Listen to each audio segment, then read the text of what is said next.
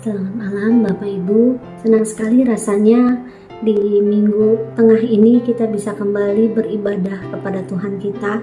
Walaupun masih kita lakukan secara virtual, namun tidak menjadikan hal ini penghalang dalam kita mencari dan terus rindu mendengarkan firman Tuhan.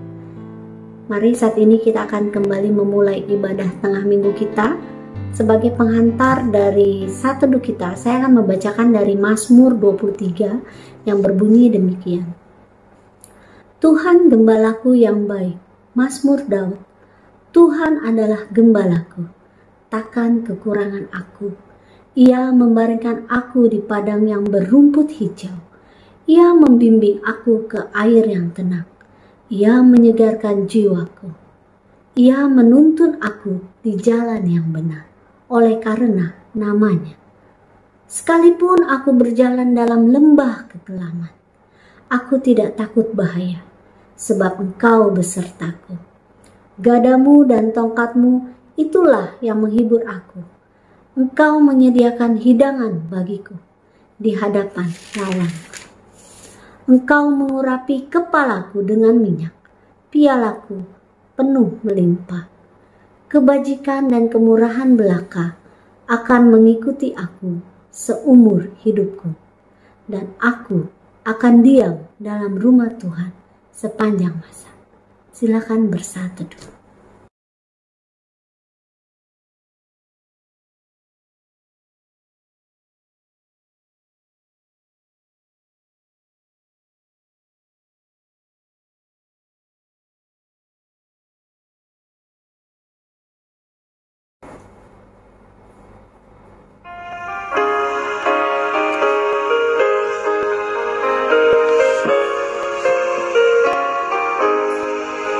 Firman-Mu ku pegang selalu saat duka, saat senang.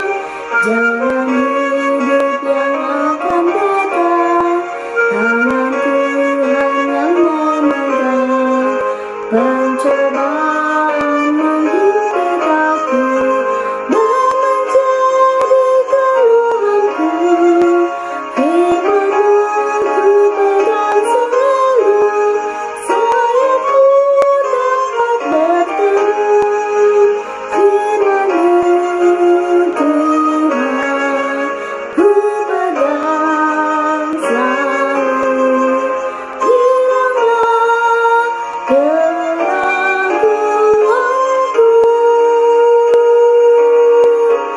bila hatiku rasa susah. Padamu aku berserah.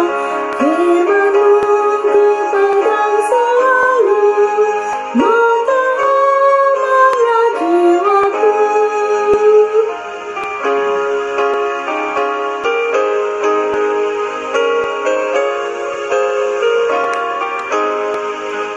Firman-Mu ku pegang selalu saat duka, saat senang. Jalan hidup yang akan datang, tangan Tuhan yang memegang. Pencobaan aku yang menjadi keluhanku. Firman-Mu ku pegang selalu, sayapku dapat berteduh. Firman-Mu Tuhan ku pegang selalu. Hilanglah keraguanku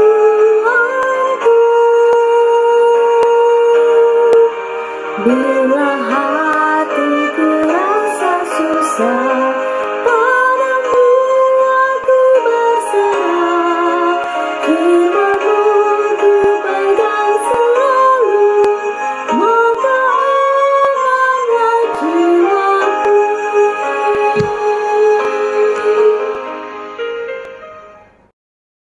Umat Kristus yang kekasih, selamat malam. Mari kita bersama-sama berdoa. Terima kasih ya Tuhan, karena malam hari ini Engkau kumpulkan kami meskipun secara virtual dalam satu kebaktian tengah minggu. Kami berterima kasih karena sampai saat ini kami terawat dan terpelihara pada tangan Tuhan yang bijaksana dan sempurna. Kami merasakan kasih-Mu yang dengan setia terus dinyatakan kepada kami. Malam ini kami mau membaca firman-Mu. Kami mau belajar dari satu cerita Injil Yohanes. Kiranya Roh-Mu yang kudus dengan kuat kuasanya memberi hikmat kepada kami untuk menerima pelajaran dengan baik. Dia yang menyiapkan hati dan pikiran kami supaya menjadi wahana yang pantas bagi firman-Mu itu. Di dalam nama Kristus Yesus kami sudah berdoa. Amin. Umat kekasih Kristus, malam ini kita akan membaca Injil Tuhan kita Yesus Kristus menurut Yohanes 13 ayat 1 sampai dengan 17. Yohanes 13 ayat 1 sampai dengan 17. Demikian tertulis di sana. Sementara itu, sebelum hari raya Paskah mulai, Yesus telah tahu bahwa saatnya sudah tiba untuk beralih dari dunia ini kepada Bapa. Sama seperti Ia senantiasa mengasihi murid-muridnya, demikianlah sekarang Ia mengasihi mereka sampai kepada kesudahannya. Mereka sedang makan bersama, dan iblis telah membisikkan rencana dalam hati Yudas Iskariot, anak Simon, untuk mengkhianati Dia. Yesus tahu bahwa Bapanya telah menyerahkan segala sesuatu kepadanya, dan bahwa Ia datang dari Allah dan kembali kepada Allah. Lalu bangunlah Yesus dan menanggalkan jubahnya. Ia mengambil sehelai kain lenan dan mengikatkannya pada pinggangnya.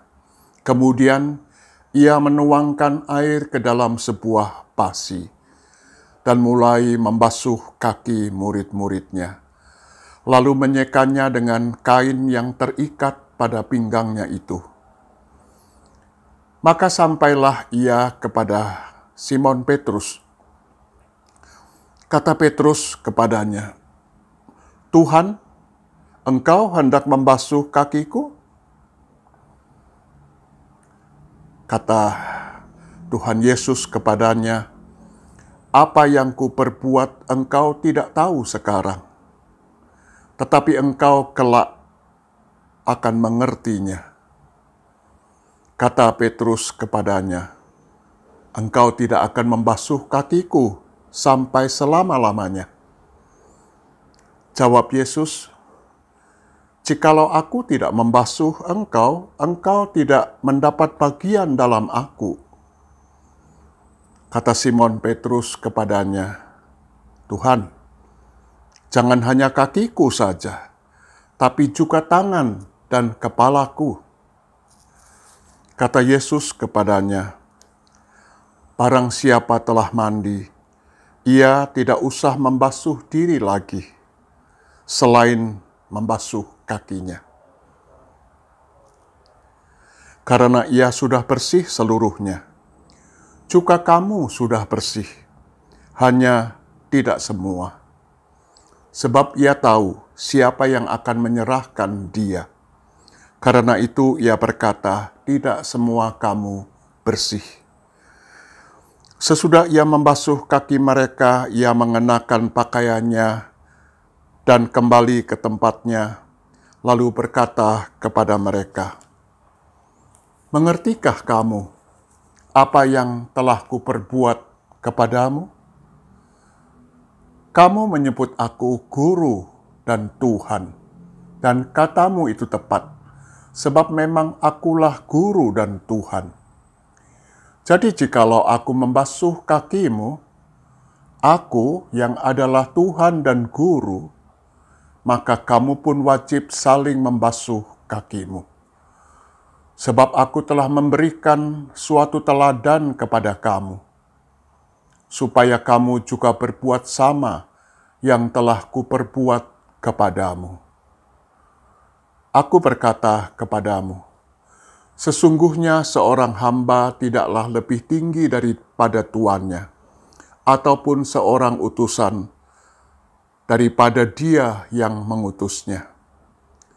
Jikalau kamu tahu semua ini, maka berbahagialah kamu jika kamu melakukannya. Demikianlah Injil Tuhan kita Yesus Kristus. Berbahagialah mereka yang mendengar firman Tuhan dan memeliharanya. Amin.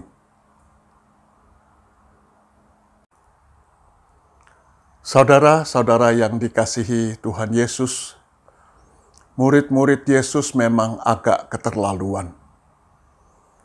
Tempat mereka menyelenggarakan perjamuan malam itu berada di lantai 2. Mereka berada di basement.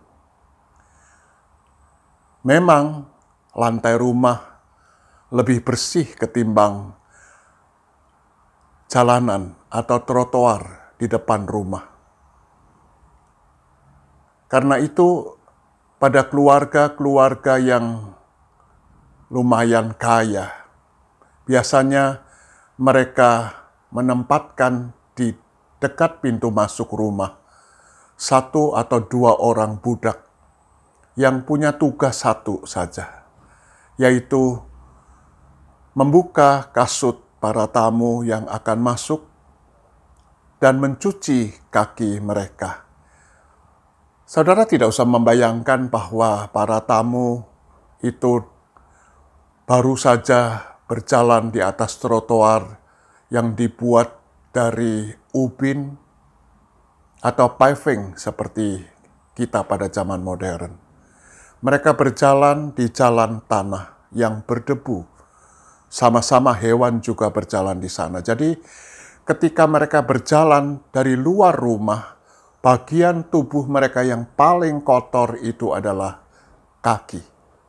Dan itu sebabnya sopan santun atau etiket, kalau masuk ke depan, ke dalam rumah, orang mesti mencuci kakinya, supaya mereka masuk dalam kondisi yang bersih. Para murid Yesus tidak begitu, ternyata. Padahal ritus pembasuhan itu ritus yang utama dalam agama Yahudi, dalam adat istiadat orang Yahudi.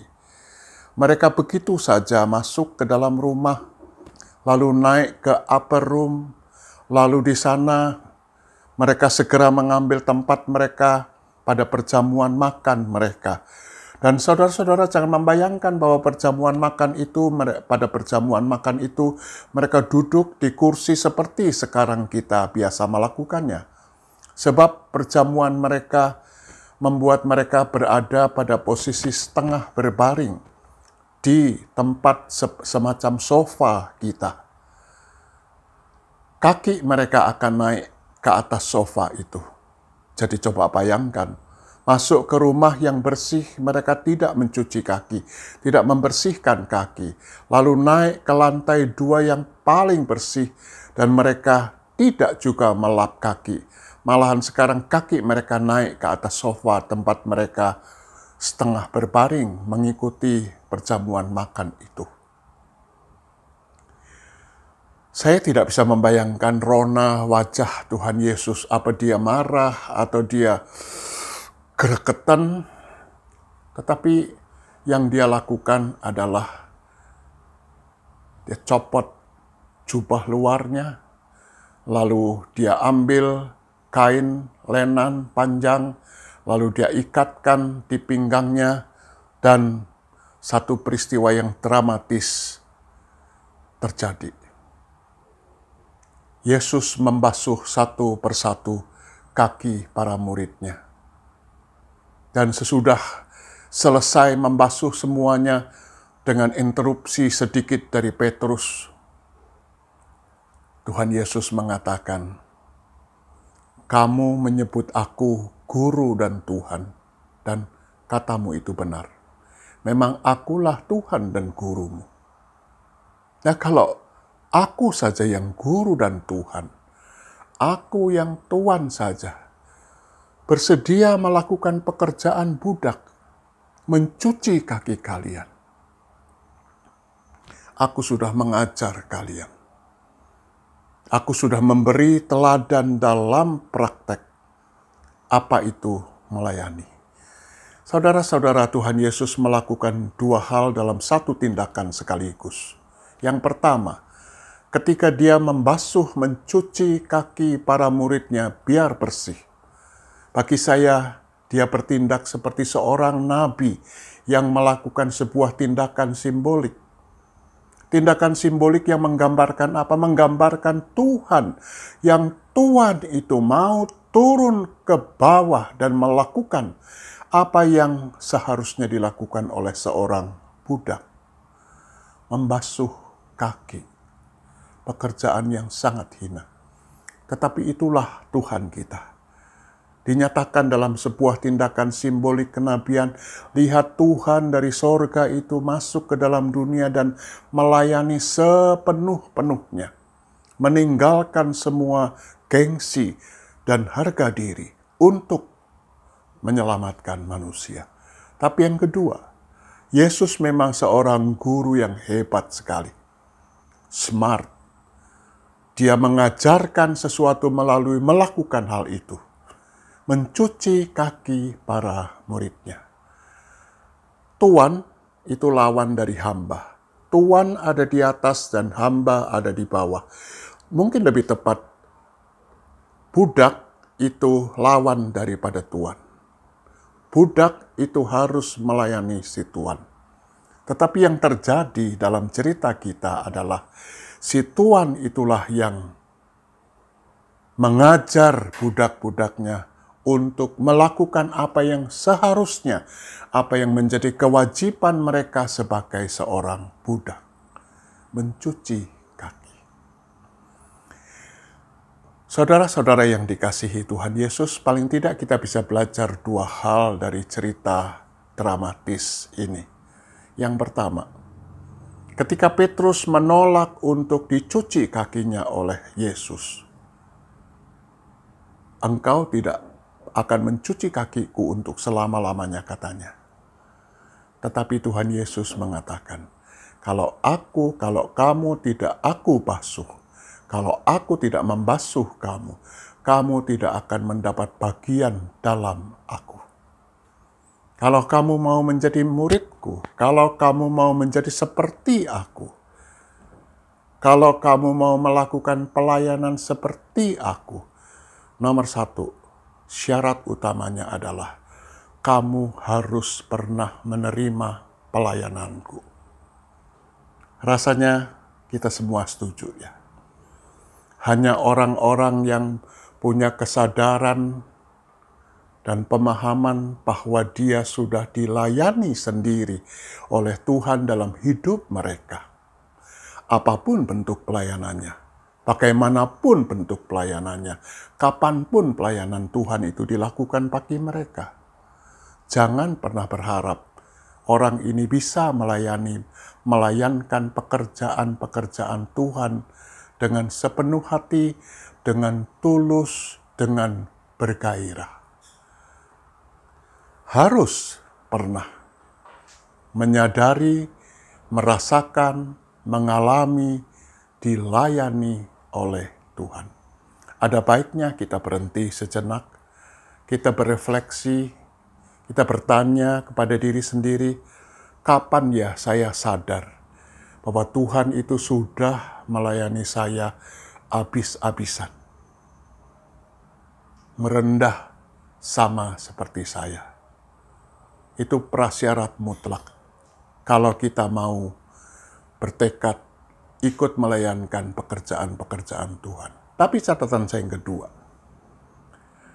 Saudara, kita sudah terbiasa mendengar orang mengatakan, barangkali saya dan saudara-saudara juga pernah mengatakan atau menyanyikan, aku mau melayani Tuhan. Di KKR, di KPI biasanya begitu. Hamba Tuhan yang hebat itu bertanya, menantang orang yang hadir. Siapa mau melayani Tuhan, silahkan berdiri dan angkat tangan. Saya akan mendoakan, katanya begitu. Lalu kita semua berdiri dan mengangkat tangan sambil mengatakan, saya mau melayani Tuhan. Tapi saudara coba membayangkan, ketika dengan terharu, ketika dengan mata terbejam, saya angkat tangan dan mengatakan, saya mau melayani Tuhan. Ketika saya melek, lalu Tuhan Yesus ada di muka saya dan bertanya kepada saya, Samuel, kamu mau melayani aku? Emang kamu punya apa? Emang aku butuh apa? Kamu punya apa? Saudara mau melayani Tuhan? Lalu Tuhan bertanya, kamu punya apa mau melayani aku? Lalu kita mengatakan, uang Tuhan. Nah, uangmu dari mana? Tenaga Tuhan. Tenagamu siapa yang kasih? Otak Tuhan. Otakmu siapa yang mencipta? Tidak ada yang bisa kita banggakan. Tuhan bisa melakukan semua sendiri dan sempurna. Dia tidak membutuhkan saya dan saudara-saudara. Kalau kita kembali ke Injil Markus pasal 10 misalnya, Tuhan Yesus sendiri mengatakan, aku datang bukan untuk dilayani, melainkan untuk melayani. Bukan Samuel yang mengatakan itu, tapi Tuhan Yesus sendiri. Aku tidak membutuhkan pelayananmu. Kamu jangan merasa punya apa-apa dan bisa apa-apa untuk melayani Tuhan. Enggak. Tetapi adalah sebuah kehormatan ketika Tuhan datang kepada kita dan mengatakan, mari ulurkan tanganmu, bawa yang kamu punya dan kamu bisa. Bersama-sama dengan aku, mari kita melayani dunia ini. Kepada para murid yang dicuci kakinya, Tuhan Yesus mengatakan, aku sudah membasuh kamu. Kamu pun wajib, harus, mesti membasuh kaki sesamamu. Kamu mesti saling membasuh. Kalimat lain yang lebih soft dari mengatakan, mari kita melayani dunia ini. Mari kita melayani sesama kita. Jangan pikirkan Tuhan, Dia tidak membutuhkan pelayanan kita. Tapi Dia memberi kehormatan kepada kita. Jangan saudara lihat sebagai beban buat kita. Tapi sebuah kehormatan. Siapa saya sehingga Tuhan mengajak saya melakukan pekerjaan-pekerjaan pelayanan itu? Mari kita sumbangkan apa yang kita punya dan apa yang kita bisa dan apa yang kita mampu untuk melayani dunia ini, untuk melayani sesama kita, bersama-sama dengan Tuhan. Tuhan tetap punya andil yang paling besar. Kita hanya ikut serta dalam pekerjaan Tuhan itu. Kita hanya berpartisipasi secara optimal, tentu harapannya. Saudara, mari kita menjadi pelayan-pelayan pekerjaan Tuhan untuk dunia ini. Sebagai apa? Sebagai responsi yang positif. Ketika kita menyadari bahwa kita sudah dibersihkan oleh Tuhan. Apapun bentuk pelayanan kita, apapun yang kita mampu dan kita bisa, yang kita serahkan dengan sukacita, dengan rela kepada Tuhan. Tuhan, bekerjalah melalui apa yang kami mampu dan apa yang kami bisa. Pada masa pandemi seperti sekarang ini, kita tidak pernah atau hampir-hampir tidak pernah keluar dari rumah, kecuali sangat perlu. Memang itulah anjurannya, memang itulah protokol kesehatan yang mesti kita perhatikan. Lalu kalau saya mesti berkunjung, karena adalah tugas saya dan saya menyenangi sekali mengunjungi anggota jemaat yang membutuhkan. Kita dianjurkan untuk tidak melawat secara fisik. Bukan hanya karena kita takut, karena kita khawatir, kita tertular. Tapi bisa juga bukan kita tertular, tapi kita yang menularkan virus tadi kepada orang yang kita lawan. Baiklah, kalau begitu tidak usah datang secara fisik. Kita bisa pakai smartphone kita, menggunakan video call, kita bisa melihat orang yang mau kita lawat, kita bisa berbicara dengan mereka, kita bisa mendoakan mereka. Online memang, tapi Tuhan yang membuat yang online itu menjadi sesuatu yang bermakna dan bisa dirasakan dampaknya oleh mereka yang berelasi dengan kita. Jangan anggap enteng dan hanya mengatakan, kalau saya, Pak Sam, saya hanya bisa berdoa, cuma bisa berdoa. Jangan katakan doa itu sebagai cuma atau hanya. Kalau kita mendoakan saudara-saudara kita dengan sepenuh hati, dilandasi dengan kasih yang terdalam, itu menunjukkan rasa empati kita, dan rasa empati kita itu menjadi bagian dari rasa empati Tuhan kepada orang yang kita perhatikan.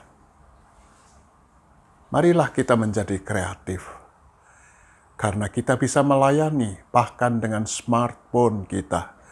Kita gunakan phone yang smart itu untuk kepentingan menghadirkan pekerjaan Tuhan, menjadi bagian dari respons kita yang pantas untuk Tuhan yang sudah membasuh kehidupan kita, bukan cuma kaki kita. Tetaplah menjadi rendah hati. Sambutlah kehormatan dari Tuhan untuk mengambil bagian dalam pekerjaan-pekerjaan pelayanannya. Dengan sukacita, dengan tulus, dan disingkirkan dari motif-motif yang egois dan egosentris. Selamat menjadi pelayan pekerjaan Tuhan. Selamat menjadi mitra kerja Tuhan. Amin. Mari kita bersatu dalam doa.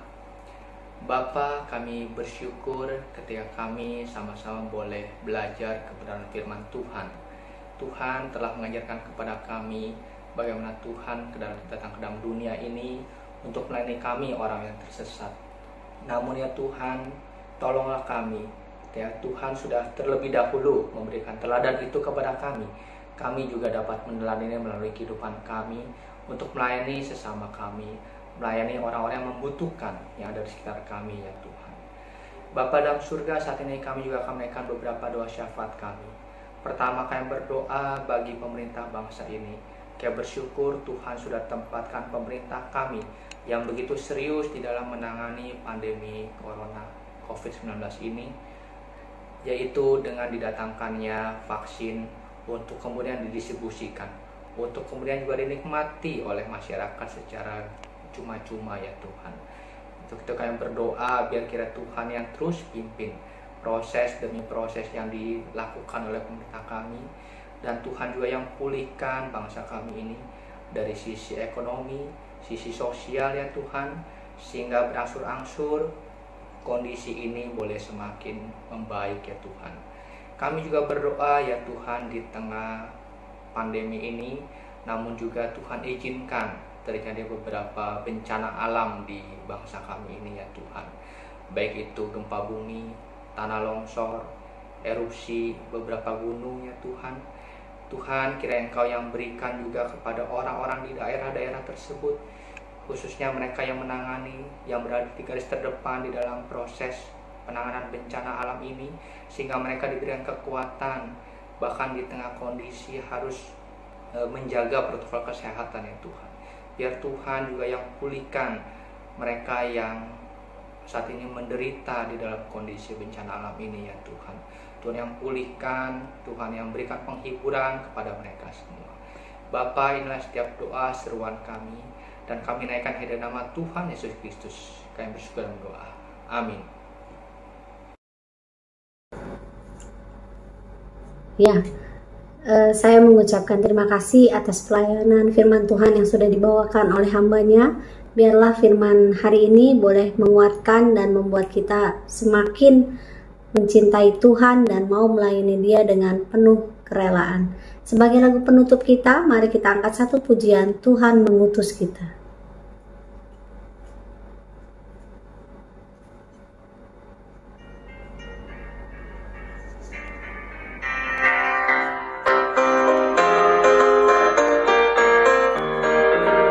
Tuhan mengutus kita ke dalam dunia, bawa pelita kepada yang belah. Meski dihina serta dilanda duka, harus melayani dengan sepenuh. Dengan senang, marilah kita melayani umat-Nya. Dengan senang, berarti kita memuliakan nama-Nya.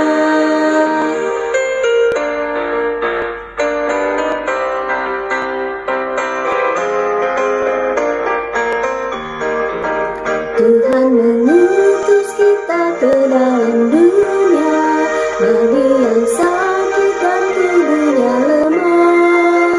Meski dihina serta dilanda duka, harus melayani dengan sepenuh. Dengan senang, marilah kita melayani umat-Nya. Dengan senang, berarti kita memuliakan nama-Nya.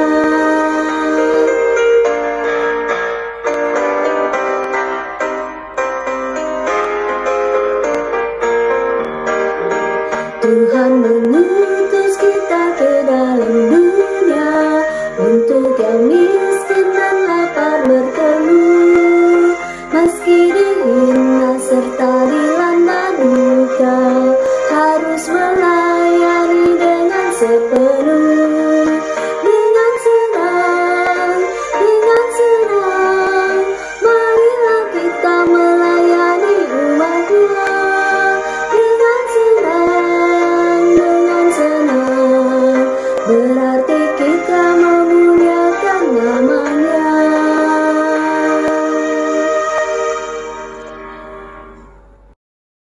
Marilah saudara sekalian kita bersama-sama berdoa.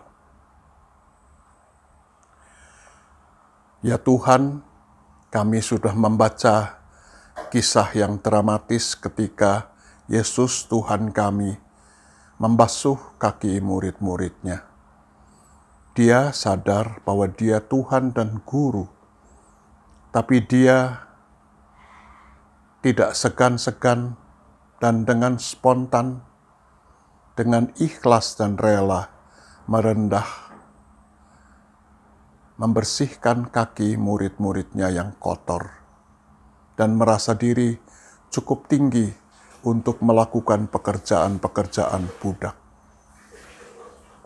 Tolonglah kami agar roh Tuhan itu ada pada diri kami, dan kami merespons pekerjaan Tuhan Yesus itu dengan kesediaan kami melayani dengan sepenuh hati juga. Kami mau Tuhan Yesus, Engkau bantu kami dengan kuat kuasa-Mu. Inilah Tuhan doa kami, demi nama-Mu kami haturkan. Amin. Saudara-saudara sekalian, sekarang terimalah berkat-Nya. Tuhan memberkati engkau dan melindungi engkau. Tuhan menyinari engkau dengan wajah-Nya dan memberi engkau kasih karunia. Tuhan menghadapkan wajah-Nya kepadamu dan memberi engkau damai sejahtera. Amin.